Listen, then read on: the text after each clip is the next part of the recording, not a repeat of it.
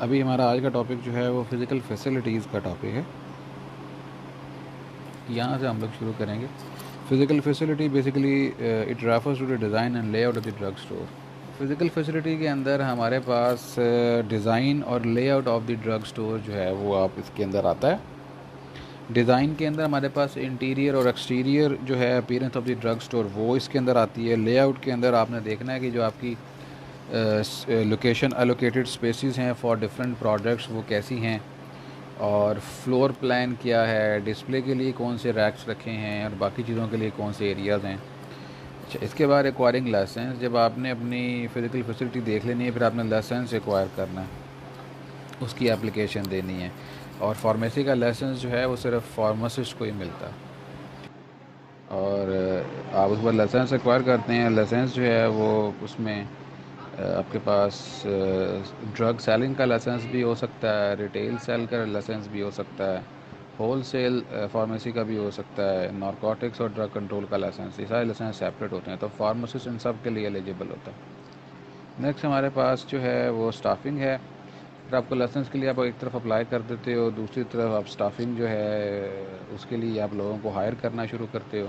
जितने भी आपको लोग रिक्वायर होते हैं उसमें आप ऑब्वियसली टेक्निकल स्टाफ भी आप हायर करोगे और नॉन टेक्निकल स्टाफ भी आप हायर करोगे। ठीक है जी। टेक्निकल स्टाफ जो ऑब्वियसली वो it will procure and deliver the medicine. Non technical staff जो है वो सफाई के लिए होगा, सिक्योरिटी गार्ड उसके अंदर हो सकता है। इस तरह की चीज़ें जो हैं वो उसके अंदर आ सकती हैं। नेक्स्ट हमारे पास जो है स्पेक्ट्रम ऑफ सर्विसेज हैं। Decision of the spectrum of services plan according to the objective of an establishment. This will depend on the professional expertise available with the organisation.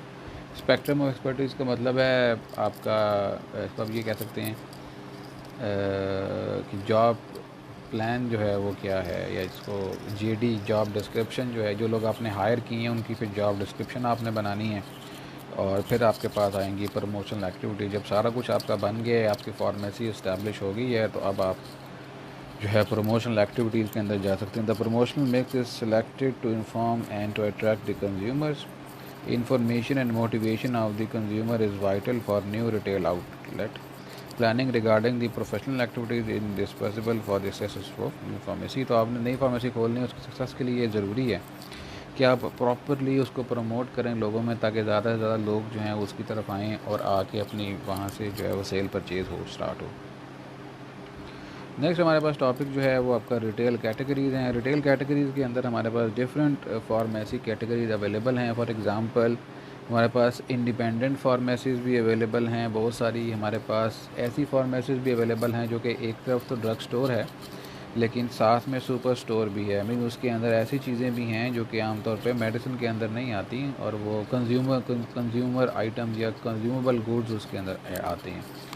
फिर चेन फार्मेसी हो सकती है कि एक से ज़्यादा ब्रांच है उसकी, तो वो चेन फार्मेसी के अंदर आती है। इसके अलावा कोई सोल प्रोप्राइटरशिप हो सकती है जिसमें एक जो है वो एक इंडिविजुअल ओनर है।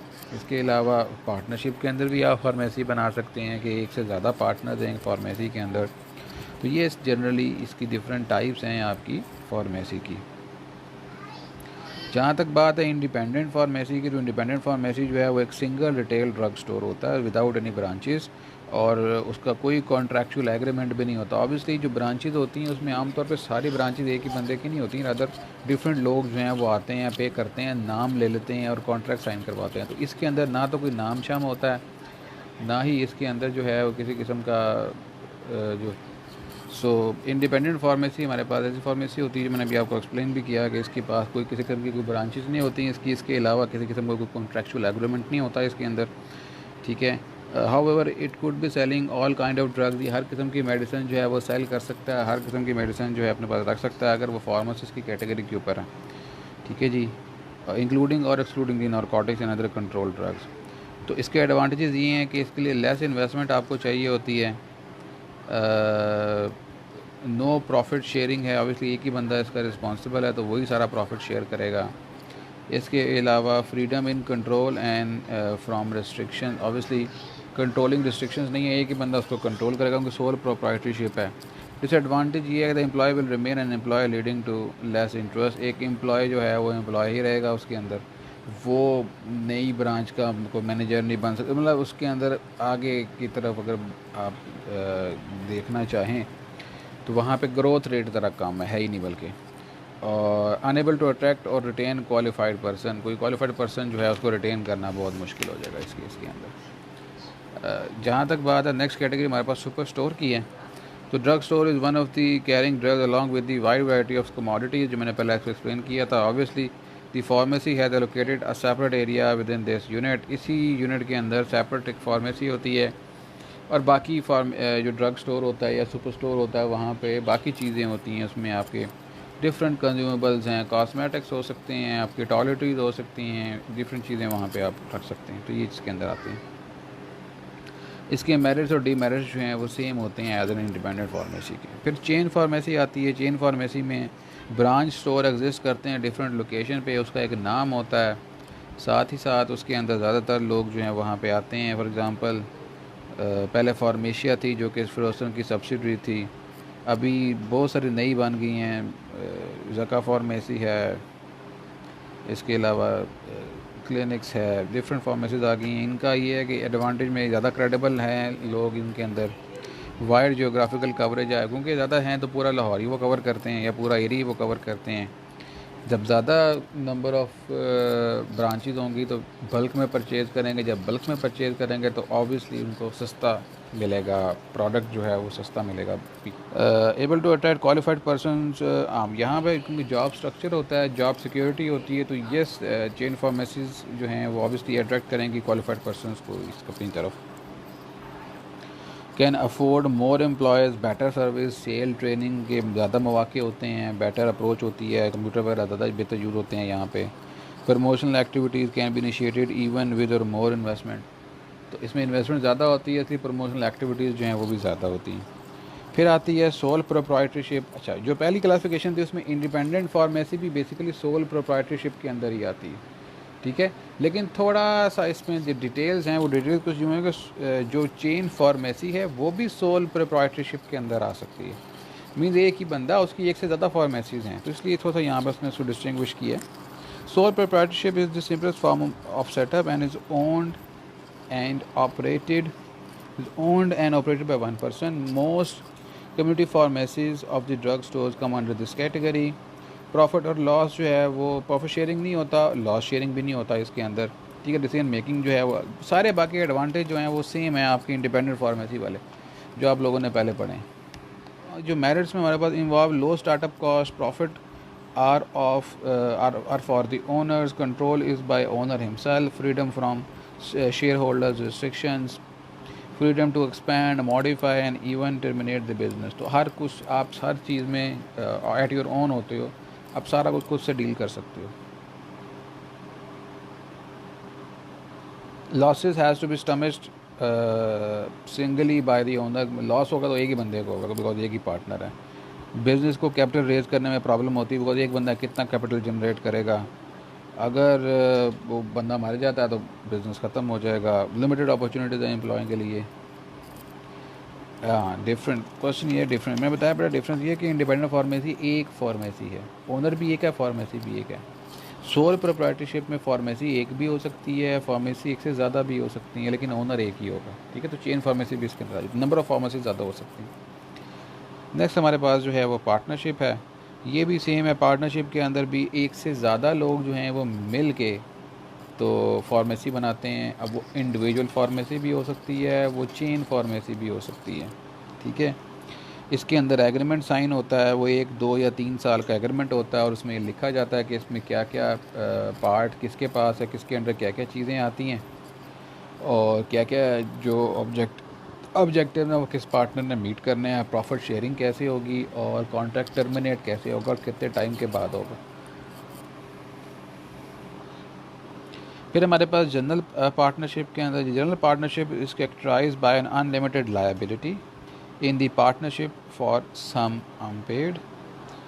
A general partnership is characterized by an unlimited liability of the partnership for some paid. A general partner provides capital in addition to his initial investment in the business.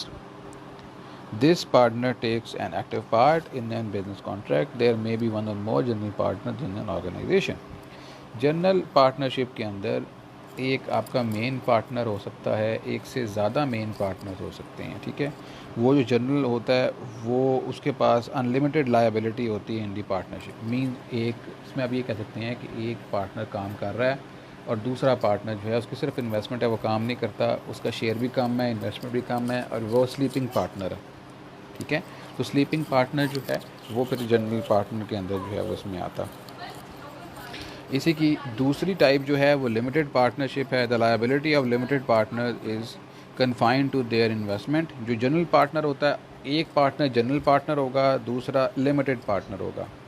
अब जो partner है वो एक general partner एक से ज़्यादा भी हो सकता है। फॉर एग्ज़ाम्पल पार्टनरशिप डिस्कस कर रहे थे, तो पार्टनरशिप के अंदर हमारे पास एक बंदा जो होता है वो जनरल पार्टनर होता है। अच्छा, वो एक भी हो सकता है और वो एक से ज़्यादा भी हो सकता है। जो जनरल पार्टनर होता है ना, जो जनरल पार्टनर होता है ना, उसके पास सबसे ज़्यादा लायबिलिटी होती है। मीन वो ही बिज़नेस को चला रहा होता है, ठीक है। तो इसलिए 2 active partner, 3 active partner, 4 active partners हो सकते हैं। तो जनरल पार्टनरशिप में जनरल पार्टनर जो होता है वो एक्टिव होता है। दूसरी इसके अंदर पार्टनरशिप के अंदर हमारे पास लिमिटेड पार्टनरशिप आ रही है। इसके अंदर the liability of limited partner is confined to their investment of capital in the business. ये जो दूसरा पार्टनर होता है जर्नल के अलावा, कोई फॉर एग्जांपल 2 जर्नल पार्टनर हैं और एक ऐसा पार्टनर है जिसकी इन्वेस्टमेंट भी थोड़ी है, वो कहता है बस मुझे प्रॉफिट शेयरिंग में हिस्सा देते जाओ, प्रॉफिट शेयरिंग करते जाओ मेरे साथ, मैं किसी लायबिलिटी के अंदर नहीं आता, तो उसको हम लोग कहते हैं स्लीपिंग पार्टनर। तो वो लिमिटेड पार्टनरशिप के अंदर आता है। या इसके बाद इनएक्टिव पार्टनर भी होता है। Inactive partner is the individual who invest the part of the required capital but does not take active part in the management.